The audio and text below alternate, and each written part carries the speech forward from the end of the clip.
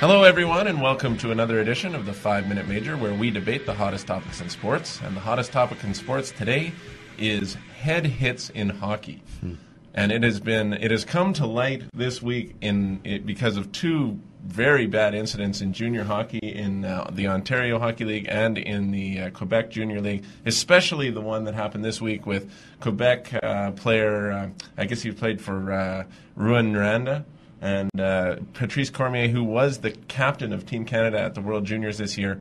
Horrible elbow to the head of an opposing player, knocked him out, left him convulsing on the ice, really brought attention to the fact that this is a dangerous game and guys can't play it that way.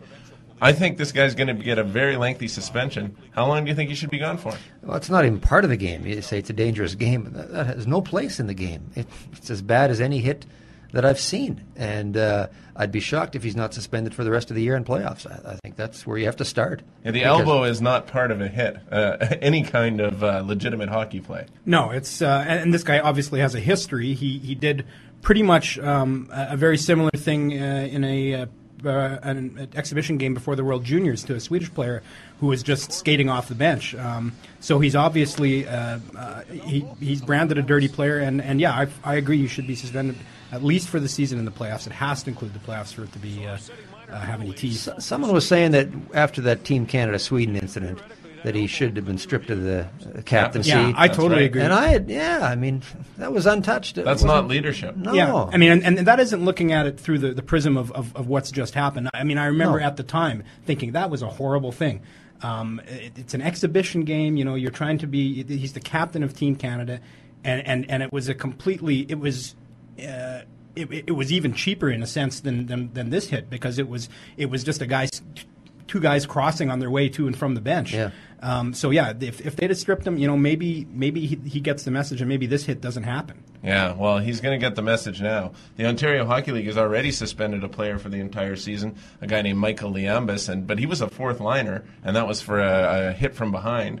That's a precedent setter. I mean, this is the same kind of thing, totally dirty hit, but now you're talking about a star player. He was just traded. I think he's only played like 4 games with his new team. He's a guy who the QMJHL probably doesn't want to lose, but they have to. They have to send a message to this. This kind of stuff cannot happen. And, you know, I would not be all that surprised if they said, we don't want you in the QMJHL again. It's worse than a lot of hits from behind. A lot of hits from behind, the player with the puck turns at the last minute, right? And it's sort of from behind. Well, and you might even expect it coming. But there's no way when you're skating across the middle that you're expecting some guy to elbow you in the head. And it wasn't just a typical elbow either. It wasn't a high hit where the elbow might have come up a bit. It was a blatant stick your elbow out at the last minute and catch it. It was the kind of thing, it was bush league, the kind of thing you see in beer leagues and senior leagues where they have no respect for each other. There. Yeah, it was awful. Slapshot stuff, really. Yeah. I mean, that's a Hansen move. Yeah, I mean, there was no attempt made at delivering a hockey hit on the guy. No. He could have maybe got a little bit of the body. I mean, sometimes you see guys stick out the knee there, so he didn't do that. But this was worse. I mean, well, the sad thing is, even if he does get suspended for the rest of the season, he'll probably turn pro next year and be in the NHL. And won't he be in the same kind of league as Steve Downey was when he came out of junior? You know, with that kind of reputation, he's got to have that now, I think. Oh, he absolutely has to have that now. Yeah. Absolutely. Let's just touch on another subject very quickly, Paul. Sure. The Winnipeg Blue Bombers search for 3 positions still going on. Pretty close, we hear, to naming a vice president of football operations. What do you think is going to happen there? They may have that named by the end of Thursday, maybe going into Friday. But you got the 3 finalists: Jim Barker, Brendan Taman, and Joe Mack.